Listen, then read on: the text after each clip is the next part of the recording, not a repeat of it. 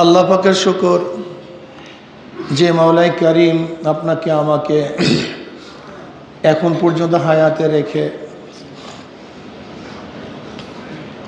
সুস্থ অবস্থায় আল্লাহ পাক রব্বুল আলামিন আপনাকে আমাকে রেখে আল্লাহ পাকের এক ফরজ বিধান রমজান মাসের রোজা আদায়ের তৌফিক আল্লাহ পাক দান করছেন। শুকরিয়া তান সবাই বলে আলহামদুলিল্লাহ।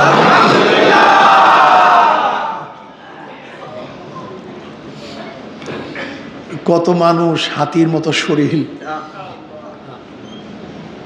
অনেক শক্তি, কিন্তু কপাল পার রোজা রাখতে পারেনি। আবার কত মানুষ এত দুর্বল কিন্তু রোজা ছাড়ে নাই। তাহলে রোজা রাখা এবং না রাখা এটা শারীরিক শক্তির উপর নির্ভর করে না, এটা হলো কলবি শক্তি, রুহানি শক্তির উপর নির্ভর করে। এই ব্যাপারে আমরা একমত কি একমত না? যদি শরীরের শক্তির মাধ্যমে রোজা রাখা যাইতো তো এই ব্যক্তি রোজা রাখতে পারে না কেন? আর এই দুর্বল ব্যক্তি রোজা রাখে কেন? এই জন্য রুহানিয়াতের শক্তি ভিন্ন জিনিস। যাদের রুহের শক্তি খুব মারাত্মক তাদের ইবাদতে কষ্ট হয় না, আর যাদের রুহের শক্তি নেই তারা ইবাদত করতে পারে না। জাকারিয়া সাহেব রহমতুল্লাহ আলাই, শাইখুল হাদিস জাকারিয়া সাহেব রহমতুল্লাহ অনেক ভারী ছিলেন, অনেক ওজনওয়ালা ছিলেন, ভারী ছিলেন। সাধারণত একা একা দাঁড়াতে পারতেন না, তাকে ধরে দাঁড়া করতে হতো। কিন্তু তার অবস্থা হালাত এইভাবে, তাকে যখন ধরে দাঁড় করে দিত নামাজের জন্য, এরপর তিনি নামাজ পড়তে থাকতেন, কিন্তু দ্বিতীয়বার আর দাঁড় করার জন্য তাকে হেল্প করতে হইতো না, সাহায্য করতে হইতো না। কিন্তু আবার যখন সালাম ফিরাইতেন তখন আবার দাঁড় করতে হইতো। এটা আমরা অনেকে মনে করতাম যে কি ফাইজলামি নাকি, সালাম ফিরাবার পর দাঁড়াতে পারে না, কিন্তু যতক্ষণ নামাজে দাঁড়ায় তখন রুকু সাজদা করতে কোনো অসুবিধা হয় না। এইটি রুহানি কুওয়াত, এইটি রুহানি শক্তি। এই রুহানি শক্তি যতক্ষণ থাকে ততক্ষণ মানুষের মধ্যে একটা ভিন্ন স্পিরিট থাকে। আল্লামা জাকিয়া সাহেব রহমতুল্লাহ আলাই ফাজাইল আমলের কিতাবের মধ্যে একটা ঘটনা নিয়ে আসছেন। বনি ইসরাইলের জমানায় একদল মানুষ একটা গাছ রোপণ করছে, সেই গাছ রোপণ করে সেটাকে পূজা করা শুরু করছে, শিরক করা শুরু করছে। সেই যেমন এক দরবেশ এটা যখন শুনছে যে মানুষ শিরক করতেছে, একটা গাছ পূজা করতেছে, সেই দরবেশ এক দাও নিয়া সেটাকে কর্তন করার জন্য রওনা করছে। পথিমধ্যে শয়তানের সাথে দেখা, কই যাও? বলে এই গাছটাকে কাটবো, মানুষ শিরক করে, পূজা করে, কেটে ফেলবো। তোমার দরকারটা কি? আল্লাহ পাক কোন নবীকে তো নাজিল করতে পারতেন, এইটাকে কাটার জন্য তোমাকে তো দায়িত্ব দেওয়া হয় নাই।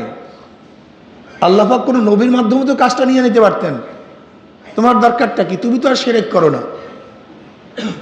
যারা করতেছে, যারা করবে না, এই গাছটা তোমার কাটার দরকারটা কি? এবার ওই বুজুর্গ বলতেছে তোমার ফাইজলামির দরকার নেই, কথাবার্তার দরকার নেই, মুখে কাটবই, রওনা করছে। এবার বুজুর্গর সাথে মারামারি শুরু হয়ে গেছে, কুস্তে শুরু হয়ে গেছে শয়তানের সাথে। আল্লাহ, বুজুর্গ শয়তানকে নিচে ফেলাইয়া দিচ্ছে। এবার শয়তান বলছে আপোসের মধ্যে কথা শোনো, তুমি আপোসের মধ্যে কথা শোনো, আমাকে ছাড়ো, আমি তোমাকে কয়েকটা কথা বলি। বলে কি বলো? বলতেছে আচ্ছা বলো তো, তুমি গাছটা কেটে ফেলবা, বুঝলাম, তার মানুষকে আর একটা গাছ লাগাতে পারে না? এই গাছটা তুমি কাটবা, আর একটা গাছও তো তারা লাগাতে পারে। এইটা যেরকম লাগায় তারা শিরক করা শুরু করছে, আর একটা গাছ রোপণ করে তারা শিরক করতে পারে। এতে ফায়দাটা কি হবে আমাকে বলো? এতে লাভটা কি হবে? এর সেটা কাজ করো, শোনো, এটা কাজ করো। তুমি গরিব মানুষ, ভুখা, খেতে পারো না, তুমি দান সৎকার সওয়াব সম্পর্কে ভালো জানো। দান করলে কত সওয়াব, সৎকার করলে কত সওয়াব, মানুষ উপকার করলে কত সওয়াব। আমি তোমাকে একটা কথা বলি, শোনো, তুমি এই সমস্ত ফালতু কাজ বাদ দিয়া আমি তোমাকে প্রতিদিন 3টা দিরহাম দেব। 3 দিরহাম, যে 3 দিরহামের মাধ্যমে তুমি নিজেও খেতে পারবা, উদ্ধৃত টাকা মানুষকে দান করতে পারবা। আর মানুষ যেই কাজ করতেছে ওরা ওদের কাজ করতে দাও, তুমি বন্ধ করলে আর একটা গাছ লাগাবে। বরং তুমি যে আস্তে আস্তে তাদেরকে দান করো, ফিরাতে পারবা দাওয়াতের মাধ্যমে। বুজুর্গ বলছে, আসলে তো কথা ঠিক, আমি এই গাছটা কাটবো, তারা তো আর একটা গাছ লাগাবে। আর আমি যদি দান সৎকা করি এ তো অনেক বেশি ফায়দা। আর আমি কামাই রোজগারের জন্য বাহিরে নামতে হয়, আর যদি কামাই রোজগারের জন্য বাহিরে নামতেই না হয়, সারা ইবাদতের মধ্যে মগ্ন থাকতে পারবো। খুব ভালো। ঠিক আছে, তাহলে তোমার কোনো টেনশন নাই, তোমার বিছানার বালিশের নিচে প্রতিদিন 3টা দিরহাম পাবা, যাও। বুজুর্গ ঘরে চলে আসছে, আসলে রাত্রে দেখে তার বালিশের নিচে 3টা দিরহাম, 3 দিরহাম। বুজুর্গ খুবই খুশি, নিজেও কিছু খাইলেন, মানুষকে দান সৎকা করলেন, ইবাদতের মধ্যে মগ্ন ছিলেন। পরের দিন দেখে, হ্যাঁ, ওয়াদা অনুযায়ী 3 দিরহাম আছে। বুজুর্গ ভালোই, কারণ খুব চমৎকার একটা ব্যাপার হয়ে গেছে, খুব চমৎকার। 3য় দিন দেখে টাকা নেই, 3য় দিন দেখে আর মেজাজ খারাপ। হ্যাঁ, ওয়াদা খেলাফ করছো। কি করছো? ওয়াদা খেলাফ করছো। আবার দাউনিয়া গাছ কাটার জন্য রওনা করছে। পথিমধ্যে শয়তানের সাথে আবারও দেখা। কই যাও? বলে গাছ কাটতে যাই, তোমার ওয়াদা খেলাফ, তুমি ফালতু মানুষ, মিথ্যা কথা বলো। বললাম তোমাকে গাছ কাটতে দেব না, তোমাকে গাছ কাটতে দেব না। আপনাদের বিশ্বাস হয় না যে গাছের পূজা মানুষ করে? এটা ইহুদিদের থেকে শুরু হয়েছে। এইটি গিয়ে দেখবেন এই বাইজিদ বুস্তামি, চিটাগের বাইজিদ বুস্তামি গিয়ে দেখবেন একটা গাছের মধ্যে সুতা বাঁধে। দেখছেন কি না আমি যাই না, সুতা বাঁধতে বাঁধতে এটার অবস্থা কেরাসিন লাগিয়ে ফেলাইছে। এটা ইহুদিদের একটা চাল, গাছের সুতা বাঁধলে সমস্ত তার মাকসাদ পূরণ হয়ে যায়, এই পূজা করে তারা। এবার মারামারি শুরু হয়ে গেছে, কিন্তু কারবারটা কি হয়েছে, এবার শয়তান বুজুর্গকে পরাজিত করছে, নিচে ফেলাইয়া দিছে শয়তান বুজুর্গকে। এবার শয়তান বিজয় হয়েছে, বুজুর্গ পরাজিত হয়েছে। শয়তান গালেব, বুজুর্গ মাগলুব। এবার বুজুর্গ বলছে আমাকে ছেড়ে দাও, ঘটনা কি বলো? গতবার তুমি আমার সাথে পারো নাই, আমি তোমাকে পরাজিত করছি, আর এইবার তুমি আমাকে পরাজিত করছো, কারণটা কি? এর কারণটা কি? কি একটা ব্যাপার আছে কি নেই? প্রথমবার কে পরাজিত করছে? কে পরাজিত করছে? কাকে করছে? আর এবার কে পরাজিত হয়েছে? কে পরাজিত করছে? ঘটনা কি বলো? ঘটনাটা কি বলো? আগে এবার আমি পারলাম, তুমি পারো নাই, এবার আমি পারলাম না, তুমি পারছো, কারণটাকে বলো। এইবার শয়তানের কথাটা মনে রাখতে হবে, এইটা আসল কথা। এবার শয়তান বলতেছে, দেখো প্রথমবার তোমার মধ্যে ইখলাস ছিল, জজবা ছিল মাওলার মোহাব্বত, শিরক চলতেছে, শিরক বন্ধ করতে হবে। কে তোমার সাথী হবে, কে সাথী হবে এই টেনশন তোমার মধ্যে ছিল না। তোমার একমাত্র খেয়াল ছিল ইল্লাহাতান, আল্লাহর রাস্তে কাজ করতে হবে, আল্লাহর জন্য কাজ করতে হবে। যেহেতু লিল্লাহাতান কাজ করছো, আল্লাহর রাস্তে কাজ করছো, যারা আল্লাহর ওয়াস্তে কাজ করে, আল্লাহর জন্য কাজ করে, তাদের সাথে কেউ পারে না। কিন্তু দ্বিতীয়বার তুমি রওনা করছো আল্লাহর ওয়াস্তে নয়, পয়সার জন্য। পয়সা পাও নাই, এবার হলো পয়সার ওয়াস্তে, আগে ছিল আল্লাহর ওয়াস্তে। এই কারণে তুমি আমার সাথে পারো না, আমি তোমার সাথে বিজয় হয়েছি। কি বুঝেন? এই ঘটনার দ্বারা বহুত কিছু সাফ হয়ে গেছে না? হ্যাঁ, দেখেন কোরআন ও হাদিসের মধ্যে যেই ঘটনাগুলি আসছে, যেই কানুনগুলি আসছে, যেই বিধানগুলি আসছে, এইগুলি বুজুর্গানি দিন বিভিন্ন ঘটনার মাধ্যমে বয়ান করে, বাস্তবতার মাধ্যমে বয়ান করে। আল্লামা রুমি রহমতুল্লাহ আলাইহি মস্তবির মধ্যে কি নিয়ে আসছেন? বিভিন্ন ঘটনার মাধ্যমে তিনি পশুর দ্বারা কথা বলাইছেন, গাছের দ্বারা কথা বলাইছেন, মাছের দ্বারা কথা বলাইছেন, বাঘের দ্বারা কথা বলাইছেন, নাকি ভাই?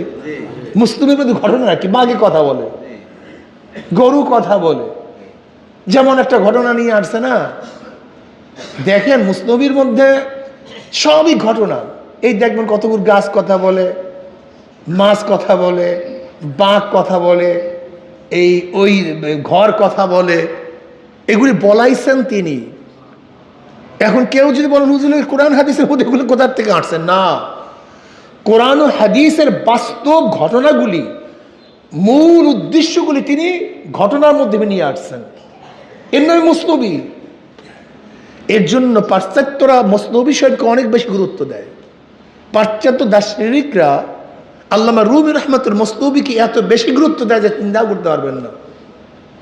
কিন্তু আমাদের দেশের ফাসেক এবং আধুনিক মৌলবীরা, আধুনিক ইসলাম এটাকে পছন্দ করে না। এই জন্য দেখেন আধুনিক ইসলাম কোনো ঘটনা বয়ান করে না। কারণটা কি? ঘটনা বয়ান করে নিজ ধরা খায়।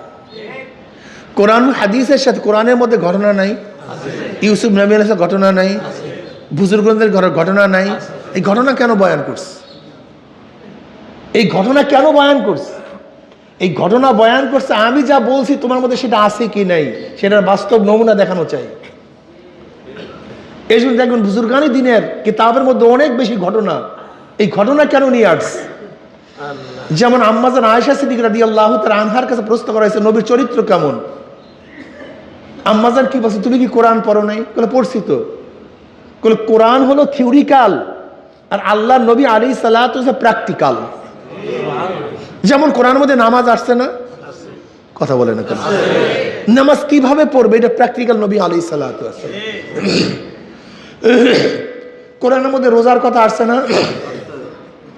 প্র্যাকটিক্যাল নবী আলাইহিস সালাম রোজা রাইখে দেখাইছেন কিভাবে রোজা রাখতে হয়। কোরআনের মধ্যে তাকওয়ার কথা আসছে, নবী আলাইহিস সালাতু বাস্তবে তাকওয়া কিভাবে করতে হয় সেটা দেখাইছেন। প্র্যাকটিক্যাল লাগবে। এই জন্য বুজুর্গানের দিনের ঘটনা কেন নিয়ে আসছি? অর্থাৎ কোরআন ও হাদিসের মধ্যে যাহা পড়ি সেটা প্র্যাকটিক্যালের মধ্যে ছিল। কাজে যেহেতু সেও পারছে, তুমি কেন পারবা না? তুমি কেন পারবা না? এই হলো মূল ব্যাপার। যাই হোক, আমাদের মধ্যে প্র্যাকটিক্যাল ঘটনা নিয়ে আসতে হবে। নবী আলাইহিস সালাতু ওয়াস জিন্দেগি আমাদের মধ্যে সেটিং করতে হবে, ফিটিং করতে হবে। নবী আলাইহিস সালাতু ওয়াস সালামের জিন্দেগি অনুযায়ী যারা চলছে তাদের নমুনে আমাদেরকে চলতে হবে। কি কথা ঠিক না? আল্লাহ বাহজাতুন নুফুস নামীয় এক কিতাবের মধ্যে একটা ঘটনা নিয়ে আসছে যে এক বুজুর্গ এক নৌকার মধ্যে, জাহাজের মধ্যে সফর করতেছিলেন। জাহাজের মধ্যে সফর করতেছিলেন। ওই জাহাজের মধ্যে এক বাদশার জন্য মদের মটকা নিয়ে যাইতেছে। বাদশার জন্য মদের মটকা, অনেকগুলি মদের মটকা। বুজুর্গ ব্যক্তি মদের মটকা দেখে সহ্য করতে পারেনি। হারাম কাজ, হারাম জিনিস। সে একটা লাঠি নিয়া, মুগাইন নিয়া ধাম ধাম ধাম ধাম করিয়া মদের মটকা ভাঙ্গিয়া চুরমার করিয়া ফেলাইছে একের পর এক। মদের মটকা কার? সাহস আছে দুনিয়ার কেউ মদের মটকা ভাঙ্গার মতো? কিন্তু বুজুর্গর সমস্ত খেয়ালই নেই, কোনো টেনশনই নেই। ধাম ধাম মদের মটকা ভাঙ্গা শুরু করছে। ভাঙতে ভাঙতে ভাঙতে ভাঙতে একটা মটকার ভাঙ্গে নেই, একটা মটকা ভাঙ্গে নেই। সবাই আশ্চর্য তাকায় আসছে, এ সাহস কি, এ কি যে সবাই সামনে মদের মটকা ভাঙ্গে চুরমার বাসটার মদের মটকা। জাহাজ ভিড়ছে। এবার বাদশার সৈন্যতলা এসে ব্যক্তিকে অ্যারেস্ট করছে। বাদশাহ নিজেই তার সাহসে চিন্তা করতেছে, ব্যক্তি কি আমার মদের মটকে ভেঙে ফেলতে পারে, এরকম ব্যক্তি কে, নিয়ে আসো সে তাকে আমার কাছে নিয়ে আসছে। দেখে বুজুর্গ সাধারণ মানুষ, একেবারে সাধারণ মানুষ। সে বলতেছে ঘটনা কি, তুমি আমার মদের মটকা ভাঙছো, বলে হারাম, যে আল্লাহ পাকের বিরোধী, এর জন্য আমি সহ্য করতে পারিনি। বলছি ভালো কথা, বুঝলাম তুমি সহ্য করতে পারো নাই, সব মদের মটকা ভেঙে ফেলছে, তো একটা ভাঙবো নাই কেন, ওটাও তো হারাম। কথাটা বুঝতে পারিনি। বুঝলাম তুমি সব ভাঙছো, তোমার মধ্যে এশক এবং জজবা চলে আসছে, হারাম কাজ তুমি সহ্য করতে পারো নাই, কিন্তু একটা ভাঙবো নাই কেন? বলে ঘটনা আছে। বলে কি ঘটনা? বলে আমি সব মদের মটকা ভেঙে ফেলছিলাম আল্লাহর রেজা, আল্লাহর সন্তুষ্টির জন্য, কিন্তু হঠাৎ আমার মধ্যে অজব চলে আসছে যে আমি কত বড় বীর, আমি কত ভালো কাজ করতে, আমাকে মানুষ কত প্রশংসা করতেছে। যখনই আমার মধ্যে অজব চলে আসছে আমি ভালো কাজ করি, চিন্তা করতে পারছেন কত সূক্ষ্ম?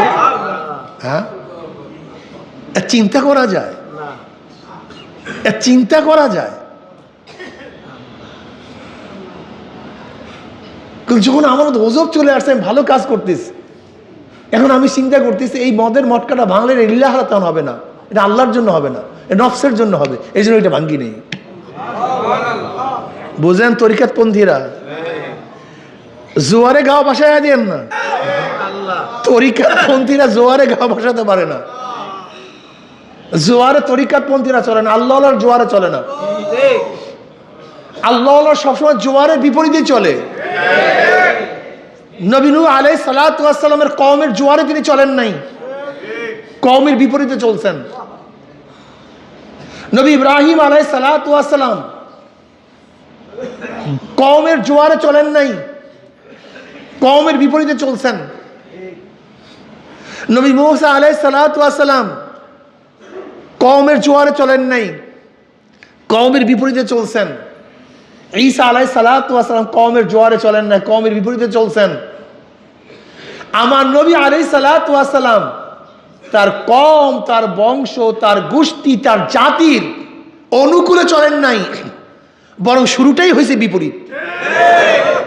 নাকি ভুল বললাম ভাই? হ্যাঁ, ইসলাম ভিন্ন জিনিস, দিন ভিন্ন জিনিস, ঈমান ভিন্ন জিনিস, আর জোয়ার ভিন্ন জিনিস। জোয়ারে গাও ভাসানো ভিন্ন জিনিস, জোয়ারে গাও ভাসানো ভিন্ন। ভাই ইসলাম তো এখন বর্তমানে বোঝাও কঠিন, আমাদেরকে মাজ্জুব বলবে, আমাদেরকে পাগল বলবে, কিন্তু কঠিন তো মাসালা। তখন ওই মদখোর বাদশা বলতেছে এ মাজুর, একে ছেড়ে দাও, এ মাজুর, একে ছেড়ে দাও। আব্দুল বিন হুযায়ফা রাদিয়াল্লাহু তাআলা আনহু এই একই হালাত। আব্দুল বিন হুযায়ফা রাদিয়াল্লাহু ঘটনা আপনারা জানেন, এগুলি স্মরণ করা দরকার, এইগুলি মাঝে মাঝে স্মরণ করা দরকার ঈমান মজবুত করার জন্য। আপনার হেরাক্কালের অবস্থা জানেন, হেরাক্কালের অবস্থা আপনারা জানেন যে আমেরিকা বিজয় হওয়ার আগে গোটা দুনিয়ার মধ্যে ওই জমানায় দুইটা পরাশক্তি ছিল। কয়টা পরাশক্তি? দুইটা পরাশক্তি ছিল, একটা হলো রোম আর একটা হলো পারস্য। পারস্যকে বলতো কিসরা, আর রোমদের বাদশাকে বলে কায়সার। কায়সার কিসরুন থেকে। কায়সার কিসের থেকে ভাই? কিসরুন মানে ফানা, চীনা, ফারা, চিরা। কেন তাদের উপাধি ফারা চিরা হইল? হয়তো হেরাক্কাল বা তার পূর্ববর্তী কোন বাদশার মায়ের গর্ভে থাকা অবস্থায় তার মা মারা গেছে, কিন্তু ভিতরে দেখে বাচ্চা নড়াচড়া করে। তখন পেট ফেরে সেই বাচ্চাকে বের করা হয়েছিল। সেই বাচ্চা পরবর্তীতে রোমের বাদশা হয়, সেই বাচ্চা পরবর্তীতে রোমের বাদশা হয়। সেটা হেরাক্কালও হতে পারে অথবা আগেরও কেউ হতে পারে। যেহেতু তার জন্মটা ছিল ব্যতিক্রম ধর্মী, স্বাভাবিক মানুষ যেই পথে আসে সে সেই পথে আসে নাই, এইটা তার গর্বের বিষয় ছিল। এর জন্য তাদের উপাধি হয়েছে কায়েসার। তাদের উপাধি হয়েছে কি কায়েসার, কসরুন থেকে।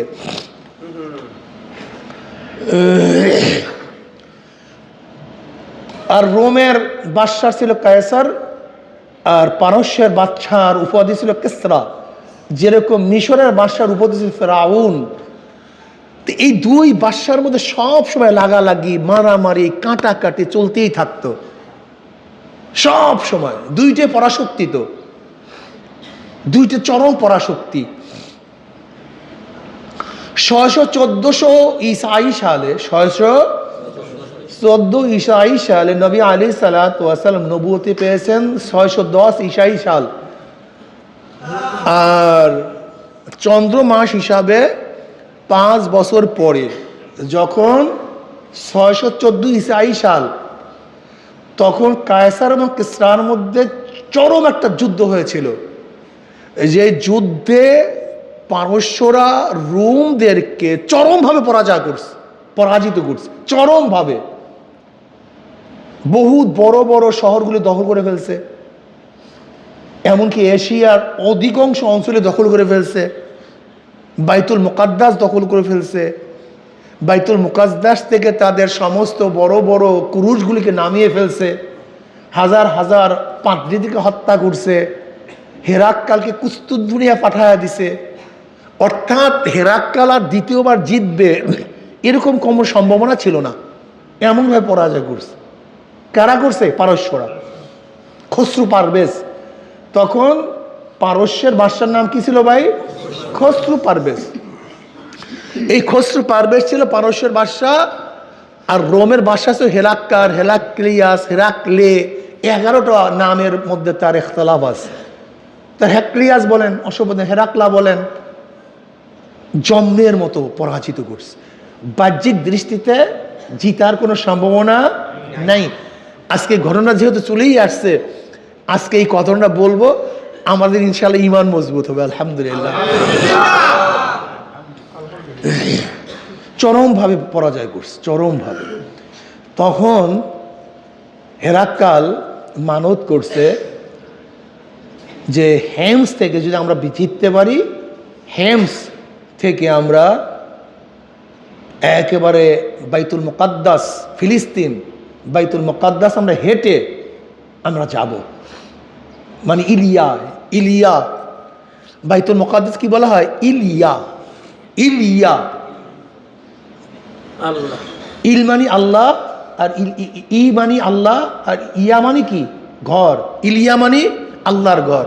বাইতুল মুকাদ্দাস ইলিয়া বলা হয়, এটা হিব্রু ভাষা। ইলিয়া।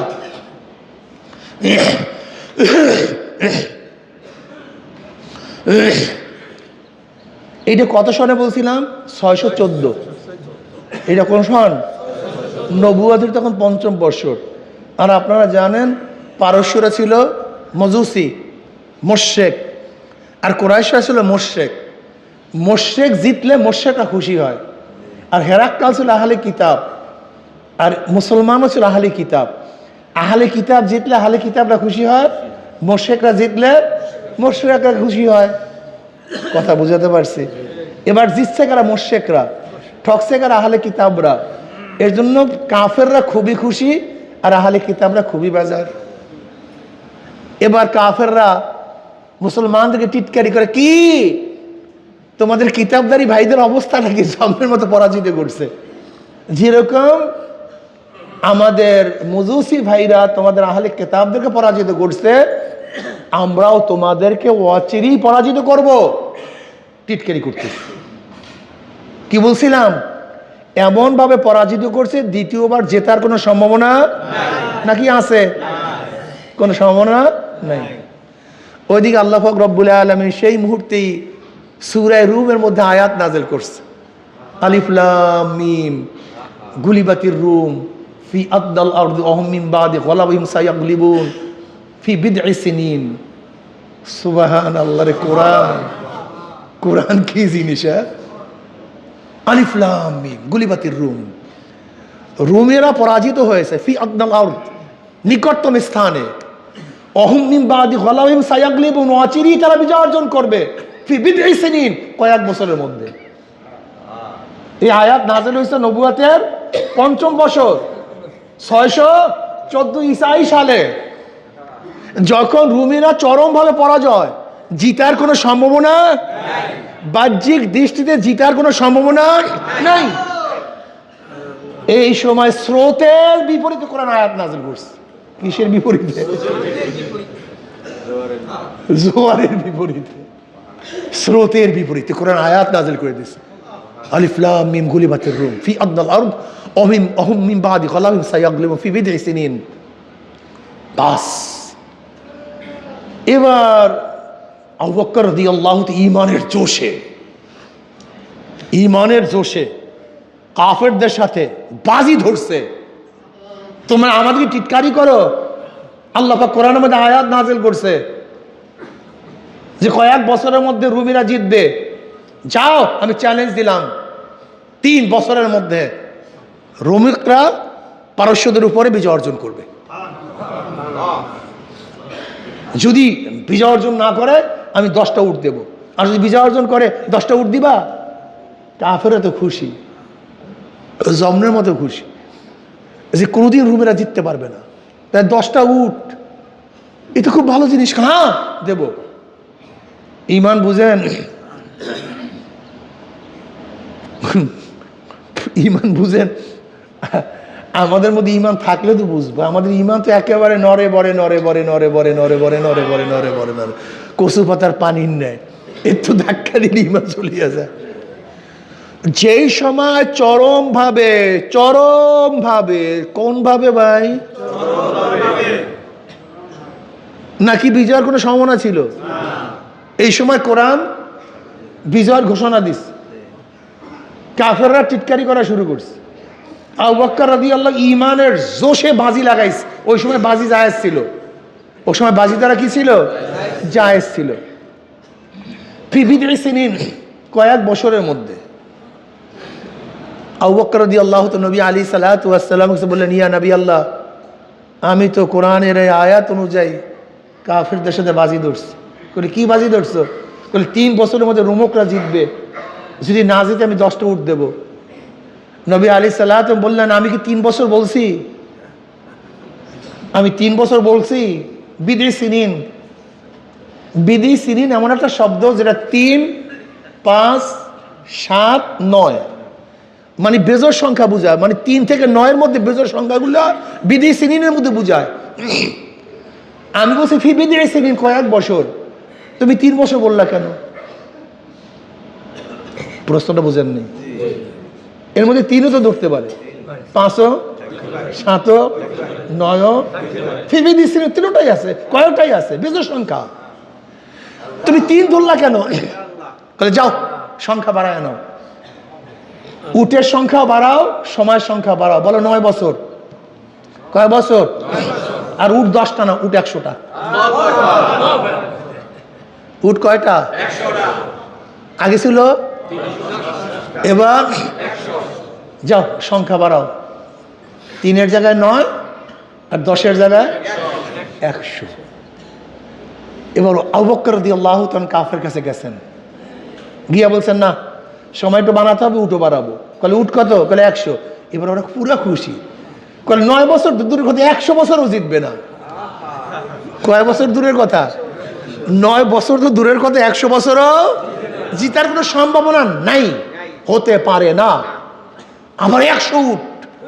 বলে ঠিক আছে, বাজি লাগছি, তোমাদের বাজি কবুল।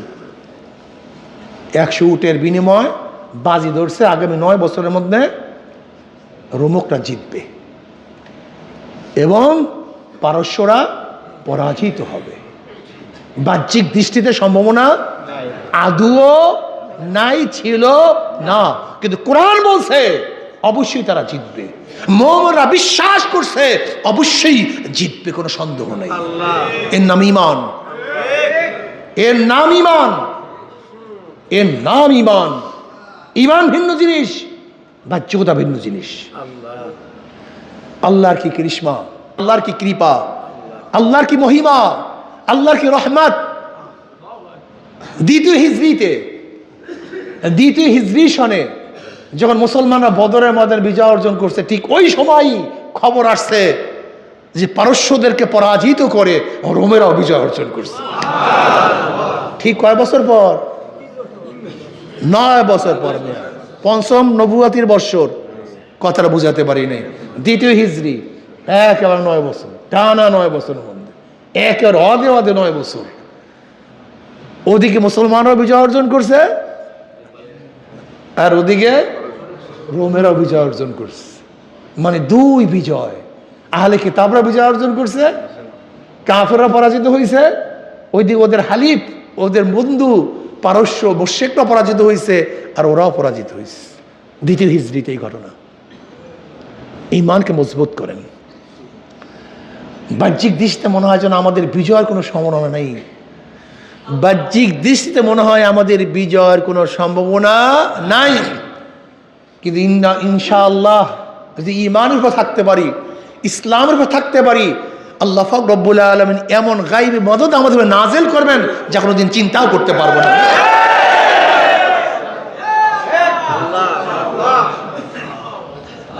আর দ্বিতীয় কথা হলো, আমাদের পরাজয় বলতে কিছু নাই তো।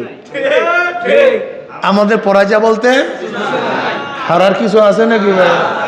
হ্যাঁ, যদি মাওলাকে নিয়ে কবরে যাইতে পারি, মাশাআল্লাহ, কামিয়াব।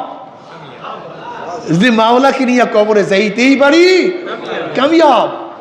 আর মাওলাকে নিয়ে কবর না যাইতে পারলে কিচ্ছু না, সব ফেল, সব ফেল, সব ফেল আর ফেল।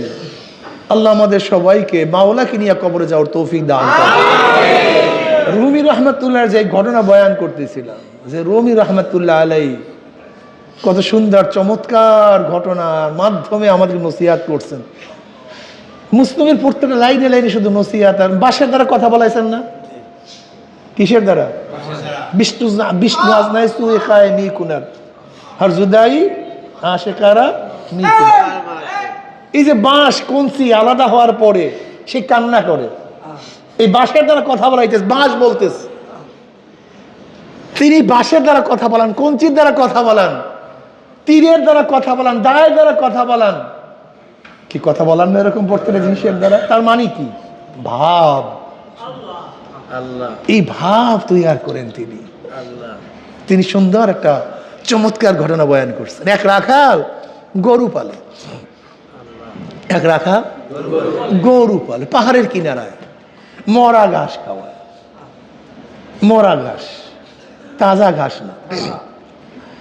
ওর মধ্যে একটা যুবক গরু একজন অন্যান্য গরুদেরকে বলতেছে, এখন কার দ্বারা কথা বলাইতে আছে?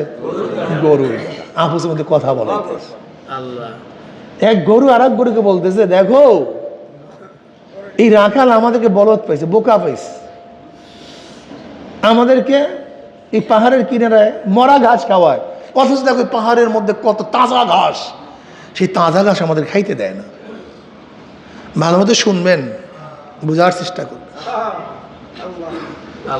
চরমোনায় যারা আসছেন, যদি মনে করেন বাহিরের দৃষ্টিকোণ থেকে আপনাদেরকে তাকাতে হবে, এখানে স্বাদ বুঝবেন না। আর অন্তরের দৃষ্টিকোণ যদি তাকান, মজার মজা, মজার মজা রে। লা তা'মাল আবসারু ওয়ালাকিন তা'মাল কুলুবুল্লাতী ফিস সুদূর। ওদের বাহ্যিক চক্ষু অন্ধ হয় নাই তো, ওদের ভিতরে যে চক্ষুটা, সেই চক্ষুটা অন্ধ হয়ে গেছে। লা তা'মাল আবসার ওয়ালাকিন তা'মাল কুলুবুল্লাতী ফিস সুদূর। বাহ্যিক চক্ষু অন্ধ হয় না রে পাগল, বাহ্যিক চক্ষু ঠিকই আছে, কিন্তু অন্তরের যে চক্ষু আছে সেই চক্ষুটা অন্ধ হয়ে গেছে।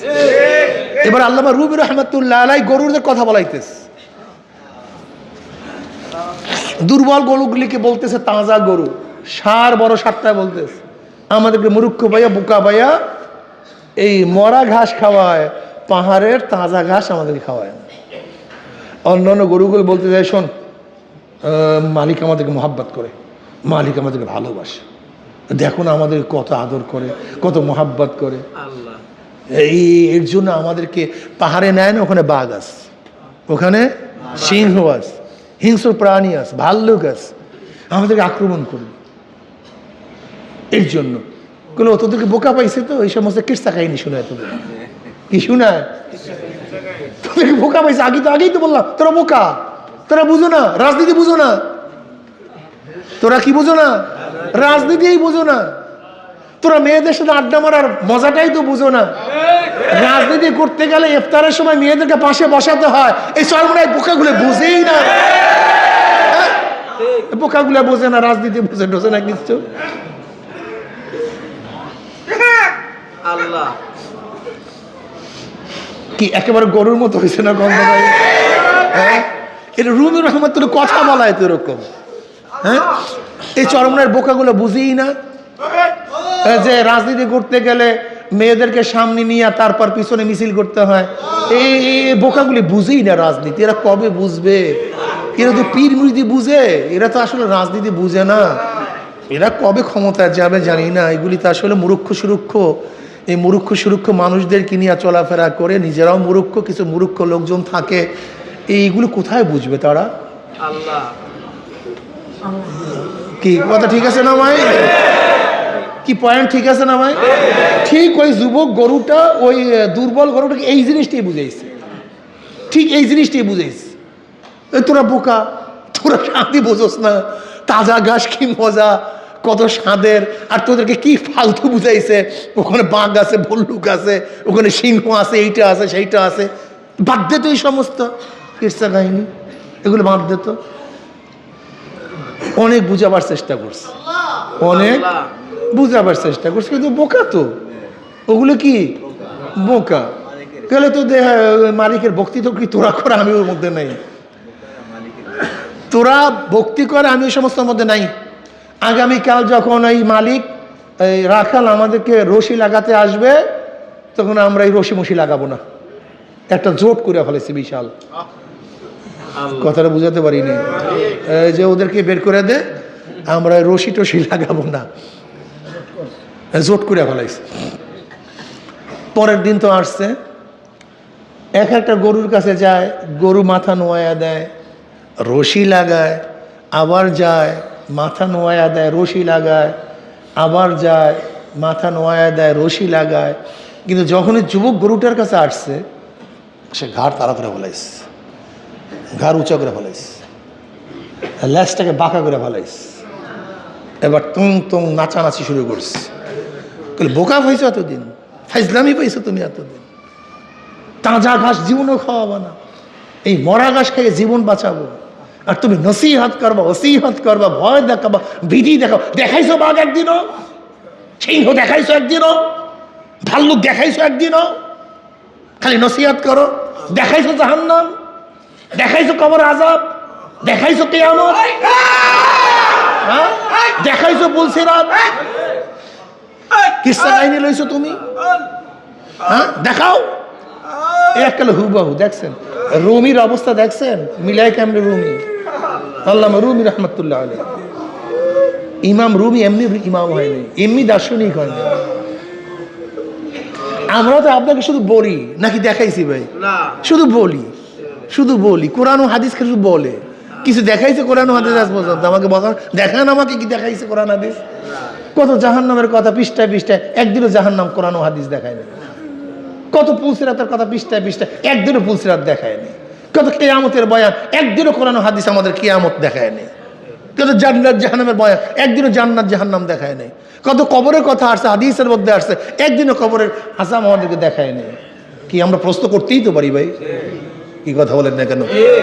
ওই তাজা গরুর মতো তো কেউ প্রশ্ন করে, এবং করার পরে সেই পথ কেউ ধরছে তো ভাই, ধরে না এরকম না। আমাদের মতো কিছু মূর্খ সুরুক্ষ বোকা শোকা, আমরা ওই চুপচাপ, ওই যা বলছে দের ওরা গলার মধ্যে রশি লাগাইয়া যা ওই ওই ওই তাজা তাজা ঘাস টাসের দরকার নেই। এরকম কিছু মূর্খ সুরখানা আসি না ভাই, আস্তে আস্তে দল কমবে, বাড়বে না। এইটাও মনে রাখেন, এইটাও মনে রাখেন, এই গলায় রশি লাগাবার দল আস্তে আস্তে কমতে থাকবে, এটা কিন্তু বাড়বে না।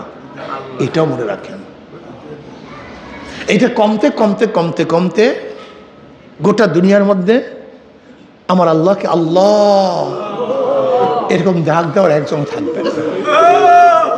সব ওই তাজা গরুর সাথে হয়ে যাবে, সব ওদের সাথে হয়ে যাবে। ভাই খুব মুসিবত। দেখবেন আমাদেরকে সবসময় বলবে ওরা রাজনীতি বোঝে না, ওরা মূর্খ। খুব খেয়াল করে দেখেন এখন শিক্ষিত কারা, যারা ডাইরেক্ট শরিয়াতকে, যারা শরিয়াতকে একেবারে জেনে বুঝে, যারা শরিয়াতকে অমান্য করে, এই জমানায় তারা হলো সবচেয়ে আহলে ইলম, তারা সবচেয়ে বড় জ্ঞানী, তারা সবচেয়ে বড় রাজনীতিবিদ, তারা আধুনিক, তারা সমসাময়িক ডিসিশন নিতে পারে, সমসাময়িক রাজনীতির সাথে তাল মিলাতে পারে। আর আমাদের মতো বোকা সোকা মূর্খ, এলেম নাই কালাম নাই কিচ্ছু নাই, কিছু মূর্খ মানুষ নিয়ে চলাফেরা করি, এরা রাজনীতি বুঝবে কি? আমি কি করবো ভাই?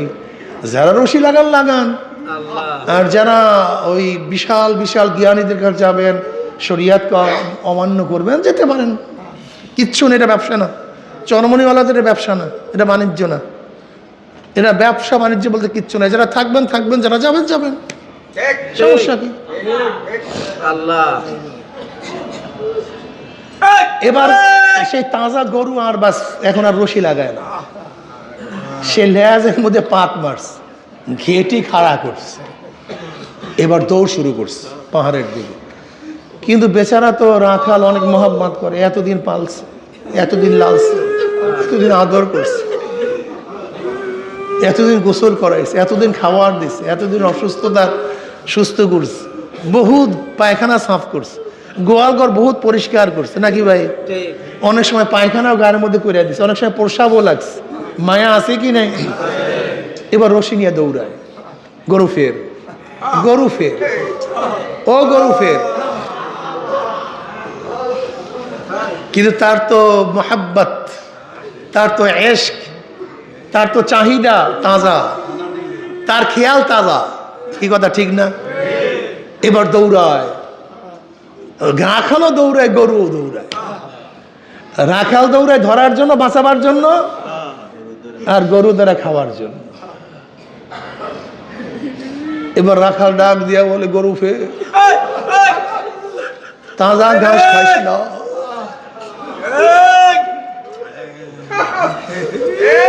লোভের মধ্যে পড়িস না, ওই চাক চিকুর দিকে তাকাইস না। তুই কি জানোস না পিছনে বিশাল বিশাল বাঘ? এবার গরু, জুয়ান গরু তাজা ঘাস খায় আর অন্য অন্য গরুদেরকে গালি দেয়। ওই বোকাগুলি আমার কথা মানে না, আমার দলে আসে নাই, আমার দল করে নাই, আমার আনুগত্যতা করে নাই। কত মজা দেখো, কত মজা, ক্ষমতার কত মজা, খাদ্যের কত মজা। আমি কত আনন্দ ফুর্তি করতে আছি, যেখানে গলার মধ্যে কোনো রশি নাই, আমি একেবারে স্বাধীন, আমি একেবারে স্বাধীন, আমার সুখ শান্তির কোনো অভাব নাই। সে তাজা ঘাস খায়, ফুর্তি করে, আল্লাহ পায়। ওইদিকে অন্য গরুদেরকে যারা রশি লাগাইছে তাদেরকে গালি দেয়। ওইদিকে একটা বাঘ 3 দিন পর্যন্ত উপবাস, অনাহার, খাদ্য নাই, ক্ষুধার্ত। ওই বাঘ আল্লাহর কাছে ডাক দিয়ে বলে, মাওলা রে, তুমি আমাকে বানাইছো, আমাকে খাবার দিবা না, বানাইছো তুমি, খাদ্য কই, পেটে ক্ষুধা, তুমি তো খানা নাই, কোনো খানা নাই। আমার মাওলা পাক রব্বুল আলামিন বাঘের দোয়া কবুল করছে। বাঘ চক্ষু খুলিয়ে দেখে একটা তাজা গরু লাফায় আর নাচে তার সামনে। এবার বাঘ মাওলার শুকরিয়া আদায় করছে, মাওলা তুমি আমার দোয়া কবুল করছো। বাঘ তার লেজের মধ্যে 3টা পাক দিয়া ওই তাজা গরুর উপরে ঝাঁপাইয়া পড়ছে, সিনা ধরিয়া ফালাইছে, সিনা ফারিয়া ফালাইছে, রক্তের মধ্যে চুমুক মারছে। ওইদিকে তাজা গরু বলে আমি কেন রাখালের কথা শুনলাম না, আফসোস করে কিন্তু আর বাঁচতেও পারে না। আল্লামা রুমি রহমাতুল্লাহ আলাইহি এখানে কত সুন্দর ঘটনা বয়ান করছে। ওই জাহান্নাম মাওলার কাছে দোয়া করে, মাওলা হে, ওই বাঘ নামীয় জাহান্নাম মাওলার কাছে দোয়া করে, মাওলা হে তুমি আমাকে বানাইছো, আমাকে খাবার দিবা না, আমি ক্ষুধার্ত,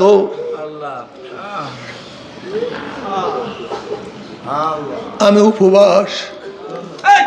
তাকাদু তামাইয়া জমিনাল গায়জি কুল্লামা উলকিয়া ফিহা ফাউজুন সালাহুম খাজানাতুহা আলাম ইয়াতিকুম নাযীর ক্বালু বালা قد جاءنا نذير فكذبنا وقلنا ما نزل الله من شيء إن أنتم إلا في ضلال كبير وقالوا لو كنا نسمع أو نعقل ما كنا في أصحاب السعير। এই ঘটনার সাথে দেখেন কোরআন কিভাবে মিলিয়ে যায়।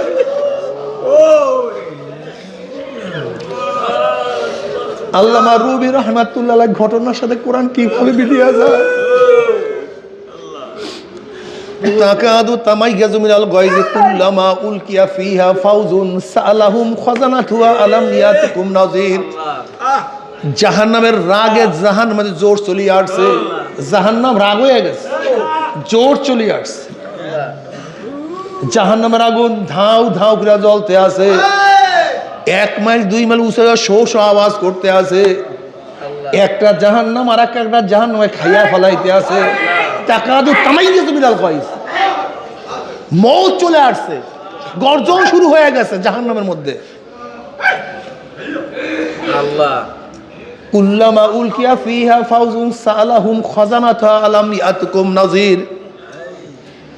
যখন জাহান্নামের মধ্যে জাহান্নাম নিক্ষেপ করা হবে তখন তার রক্ষীরা বলবে আলাম ইয়াতিকুম নাযীর। এই কপাল পোড়া, আল্লাহ কেউ কি বাধা দেয় না?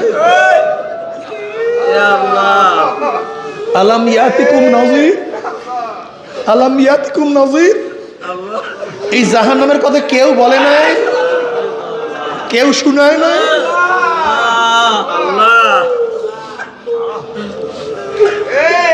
এই জাহান্নামের বয়ান কি তোরা কোনোদিন শুনস নাই? আল্লাহ আল্লাহ, এই জাহান্নামের ভয় প্রদর্শন কেউ কি তোদের কাছে আসে নাই? কেউ কি বলে নাই জাহান্নামের কথা? আলাম ইয়াতিকুম নাযীর ক্বালু বালা। জাহান্নামের বলবে হ্যাঁ আসছে তো, বলছে তো, জাহান্নামের বয়ান করছে। ক্বালু বালা, কত বয়ানকারী আসছে, কত নসিহতকারী আসছে, কত নবী রাসূলগণ দুনিয়াতে আসছে, কত সাহাবারা জাহান্নামের বয়ান করছে, কত উলামায়ে কেরাম জাহান্নামের বয়ান করছে। সরমনায় আল্লাহর কুতুবরা জাহান্নামের বয়ান করতে করতে কবরে চলিয়া গেছে। তার সিলসিলার তার ওয়ারিসরাও জাহান্নামের কত বয়ান করছে। ক্বালু বালা ওয়া জানা নাযীরুন ফাকাযাবনা। বহু জাহান্নামের বয়ান করছে কিন্তু আমরা মনে করছি এগুলা সব মিথ্যা। ফাকাযাবনা, এগুলি সব মিথ্যা। কিসের জান্নাত, কিসের জাহান্নাম, কিসের বাঘ, কিসের সিংহ, কিসের ভাল্লুক, এগুলি সব রাখাল বানায়া বানায়া বলে আমাদেরকে তাজা ঘাস খাইতে দিবে না। এর জন্য কিরসা কাহিনী বানায়া লইছে, এগুলি আসলে কিছুই না। ফাকাযাবনা ওয়া কুলনা মা নাযালাল্লাহু মিন শাইইন ইন আনতুম ইল্লা ফি দালালিন কাবীর। আমরা তো মিথ্যা মনে করতাম, আবার বলতাম আল্লাহ পাক কোন জান্নাতের কথা বলেন নাই, জাহান্নামের কথা বলেন নাই, কোন নবী রাসূল নাযিল করেন নাই, কোন কোরআন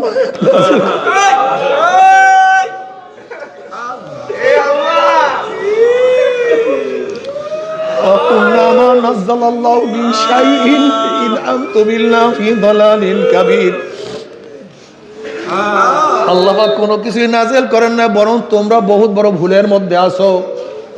আল্লাহ তোমরা বহুত বড় ভুলের মধ্যে আছো। তোমরা দুনিয়ার স্বাদ বুঝলা না, তোমরা বহুত বড় ভুলের মধ্যে, গুমরাহির মধ্যে আসো, ভ্রষ্টতার মধ্যে আসো, দলালিন কাবি, বহুত বড় গুমরাহির মধ্যে। আধুনিক রাজনীতি বোঝো না, আধুনিক ভাবে রাজনীতি করা সেই কৌশল তোমরা জানো না। বহুত বড় ভুলের মধ্যে, গুমরাহির মধ্যে, অন্ধকার। দলালের অর্থ অনেক, দলালের অর্থে কোনো শেষ নাই, সীমা নাই। ইন আনতুম ইল্লা ফি দলালিন কাবীর, বহুত বড় ভুলের মধ্যে। আধুনিক রাজনীতি বোঝো না, এ সম্পর্কে জানা নাই, কৌশল সম্পর্কে বুঝো না। যদি ক্ষমতায় যেতে হয় তাহলে শরিয়াতকে অমান্য করতে হয়, শরিয়াতের কথা বলা যায় না, পর্দাকে অমান্য করতে হয়, ধোঁকাবাজি করতে হয়, মিথ্যা বলতে হয়, চাটুকারি করতে হয়, ওয়াদা খেলাফ করতে হয়। এগুলো তোমরা বুঝবা না, এগুলো তোমাদের জানা নেই, এগুলো তোমরা বুঝবাই তো না। তোমরা তো ভুলের মধ্যে আসো, গুমরাহির মধ্যে আসো, বহুত বড় ভুলের মধ্যে আসো। ফি দালালিন কাবীর ক্বালু লাউ কুন্না নাসমাউ আও নাকিলু মা কুন্না ফি আসহাবিস সাইর। এবার জাহান্নামীরা বলবে, লাউ, আফসোস, যদি তাদের কথা শুনতাম, আও নাকিলু, অর্থাৎ মানতাম, তাদের কথা শুনতাম এবং মানতাম, তাহলে কঠিন জাহান্নামে আমাদের আসতে হইতো না। কিন্তু আর কোনো কাজ হবে না, কাম শেষ হয়ে গেছে। এর জন্য আমার বাবারাও, আমার ভাই ভাইরাও, আমার বন্ধুরা ও আমার মা বোনেরার সামনে পথ খুবই কঠিন। একদল তোমাদেরকে গোমরা বলবে, একদল তোমাদেরকে অবুঝ বলবে, মূর্খ বলবে। কিন্তু খবরদার, যে যা বলো কোরআন ও সুন্নাহ ছাড়া যাবে না। যে যা বলুক, কোরআন সুন্নাহ ছাড়া যাবে না। মাওলাকে না নিয়ে কবরে যাব না। আমার মাওলাকে রাজি খুশি না করি আমি কবরে যাব না। মাল্লাহুল মাওলা ফালাহুল কুল। যদি আমি আমার মাওলাকে পাই, আমি আমার মাওলাকে পাই, আমি আমার মাওলাকে পাই, মাওলা মাওলা আল্লাহ। সব সময় মাওলাকে পাওয়ার জন্য দোয়া করবা।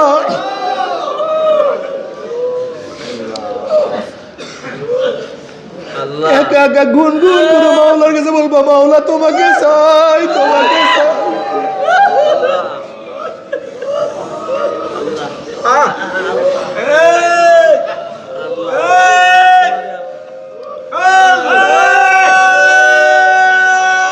একা একা মুনাজাত দরবার বলবা, মাওলা রে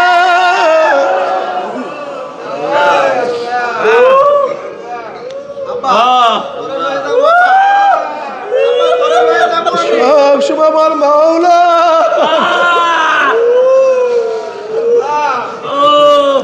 हर तमन्ना जैसे रुखसत हो गई, अब तो आज़ाद, अब तो खलवत आ गई। जन्नत और दोज़ख से यार अब क्या करूं, जन्नत और दोज़ख से यार अब क्या करूं। आरज़ू है मैं तुझे साथ देखा करूं।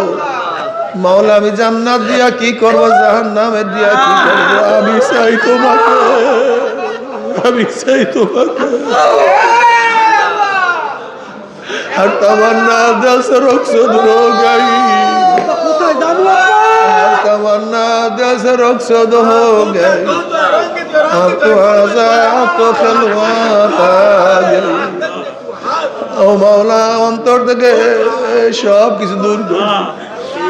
এমপিগিরির মোহাব্বত দূর করছে, মন্ত্রীগিরির মোহাব্বত দূর করছে, ক্ষমতার মোহাব্বত দূর করছে, চাকচিক্যর মোহাব্বত দূর করছে, অর্থের মোহাব্বত দূর করছে, সম্মানের মোহাব্বত দূর করছে, ভয় ভীতি দূর করছে। আমার কলবের মধ্যে এখন আর কিছু নাই। তুমি একটু আসো, তোমার মোহাব্বত দ্বারা কলবকে একটু পূর্ণ করিয়া দাও। এইভাবে সব সময় মাওলার সাথে, সব সময় মাওলার সাথে মিশিয়া থাকো।